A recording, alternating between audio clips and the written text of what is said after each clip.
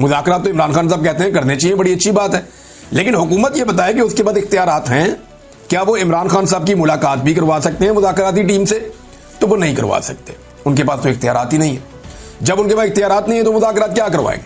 इसीलिए इमरान खान साहब कहते हैं जिनके पास इख्तियार है मुज़ाकरात उनसे करो, बात उनसे करो। जैसे डोनाल्ड ट्रंप ने फील्ड मार्शल को बुलाया, उनसे बात की, उन्हें पता था बाकी सारे अर्दली हैं, इस आदमी के पास इख्तियार है, इसको बुला लो, बात करते हैं इससे। इसी तरह इमरान खान भी यही कहता है कि भाई जिस आदमी के पास इख्तियार है, जिसके पास सारा कंट्रोल है, उसको बुलाओ, बिठाओ, उसके साथ बात करो कि भाई क्या करना है, अब मुल्क को कैसे आगे लेकर चलना है। बेड़ा गर्क हो गया हर चीज का, और बेड़ा गर्क कैसे हुआ है मैं आपको बाद में बताता हूं। ये लफ्ज आप याद रखिएगा कि बेड़ा गर्क हो गया, मैंने आपसे कहा। आगे आप ये देखें कि तहरीक इंसाफ तहरीक चलाने के लिए जो आपको ग्राउंड पे चीजें चाहिए होती हैं वो सारी मुकम्मल है। इस वक्त बदतरीन महंगाई है, खौफनाक बजट हुकूमत ने पेश किया है IMF का दिया हुआ, जिसने लोगों की कमर तोड़ दी है। अमीर आदमी के लिए आसानियां पैदा की जा रही हैं, गरीब आदमी जिनकी तादाद बहुत ज्यादा है उनके लिए मुश्किलात पैदा की जा रही हैं। पाकिस्तान तकरीबन आधे पाकिस्तानी इस वक्त गुर्बत की लकीर से नीचे चले गए हैं। किसान मुकम्मल तौर पर तबाह हो चुका है, बेरोजगारी अपने उरूज पे है, 6% वाली बेरोजगारी 22% पे पहुंच गई है। मईशत तबाही के दहाने पर खड़ी है, बल्कि तबाह हो चुकी है। बैड गवर्नेंस पाकिस्तान में अपनी जगह पे है। हुकूमत की मकबूलियत इतनी जमीन बोस हो गई है कि अब ये लैट्रिनों के ऊपर और हर चीज के ऊपर अपना नाम लिखवाते हैं, अपनी शक्ल छपवाते हैं। अपोजिशन जो है वो इस वक्त मकबूल है, इमरान खान साहब की मकबूलियत का तोती बोलता है। ये फौज ने सर्वे करवाया अली अमीन के मुताबिक, उसमें इमरान खान साहब की मकबूलियत 88% आई है। अब बस एक मोमेंटम बनाने की जरूरत है।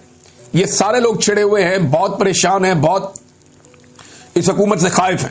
इन लोगों के अंदर एक मोमेंटम बनाने की जरूरत है तहरीक का, और फिर ये तहरीक खड़ी हो जाएगी। और इस दफा तहरीक ऐसी नहीं है कि सबने जाना है इस्लामाबाद की तरफ। आप सारे इस्लामाबाद की तरफ जाते हैं, रस्ते में 50,000 पुलिस वाले इस्तेमाल होते हैं तो वो रोक लेते हैं। अब अपने अपने शहरों में, अपने अपने इलाकों में, अपनी अपनी जगहों पे अगर मुल्क को बंद किया जाएगा तो बड़ी मुसीबत बन जाएगी इस हुकूमत के लिए।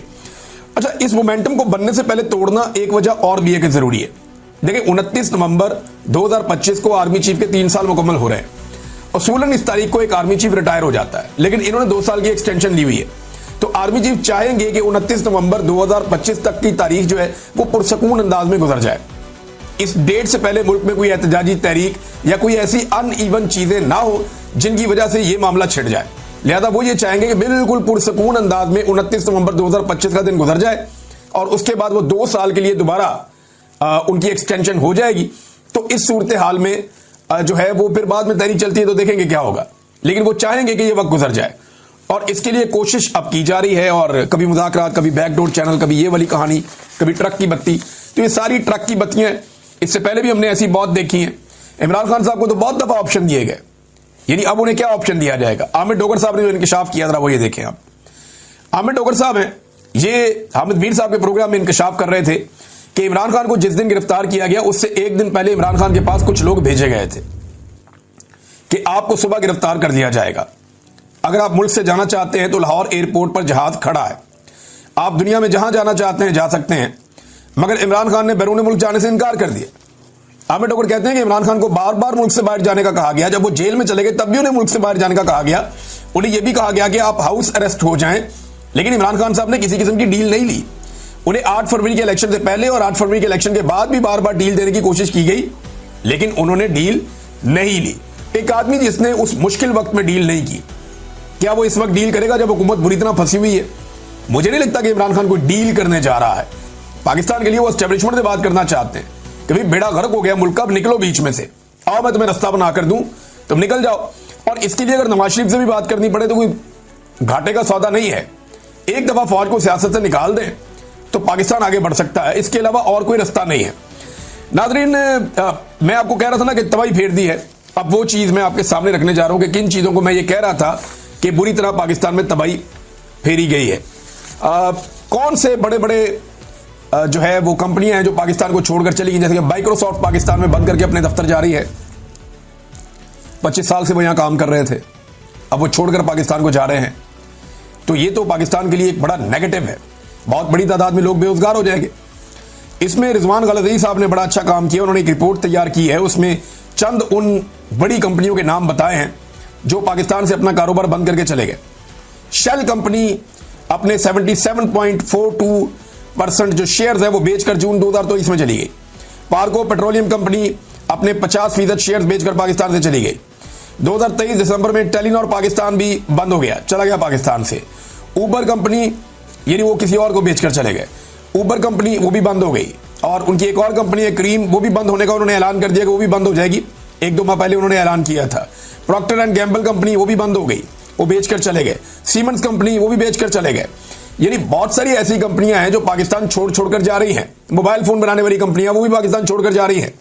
जो कंपनियां पाकिस्तान में आना चाहती थी वो अब कानों को हाथ लगा रही हैं, जी हम नहीं आ रहे। इससे पहले डॉक्टर आरिफ अलवी भी अपने ट्वीट में बता चुके हैं कि उन्हें माइक्रोसॉफ्ट के जो हेड हैं, जो मालिक हैं बिल गेट्स, उन्होंने क्या कहा था। अमेजॉन भी पाकिस्तान आते आते रह गया, यानी अमेजॉन पाकिस्तान में आ रहा था, लेकिन इमरान खान साहब का दौर जब खत्म हुआ उसके बाद एक मायूसी फैल गई और फिर जो कारोबार के साथ हुआ, अमेजॉन भी अब पाकिस्तान नहीं हारा। ये सारी तबाही नादरीन पाकिस्तान के अंदर फेरी गई है और ये गुज़िश्ता 3 सालों में फेरी गई है। शब्बर जैदी साहब का एक बयान बड़ा जबरदस्त तरीके से गर्दिश कर रहा है, वो बयान मैं आपके सामने रखता हूं और बहुत सारे लोगों ने इसको ट्वीट किया। साबिर शाकिर साहब के ट्विटर से मैं पढ़ के समझता हूं और बहुत सारे लोगों ने इसको ट्वीट किया है। उन्होंने कहा, मैंने इमरान खान और जनरल बाजवा को कहा कि ये हमारे अपने इदारे FBR में बहुत से लोग करप्शन में मुलव्वस हैं, तो इमरान खान ने फौरन मुझे कहा कि इन सबको निकाल दो, लेकिन बाजवा ने मुझे निकाल दिया। ये जरा प्रायोरिटीज हैं, इस तरीके से मुल्क चलाया जा रहा है।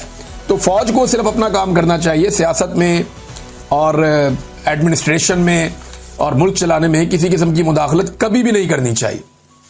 अटक जेल से नाजरीन कुछ और कैदियों को छोड़ा गया है। ये 19 कैदी हैं जो अब रिहा हुए हैं 7 महीने के बाद। ये 26 नवंबर के मुकदमात में इन्हें गिरफ्तार किया गया था। जब ये कैदी रिहा हुए तो वहां कैमरामैन मौजूद थे।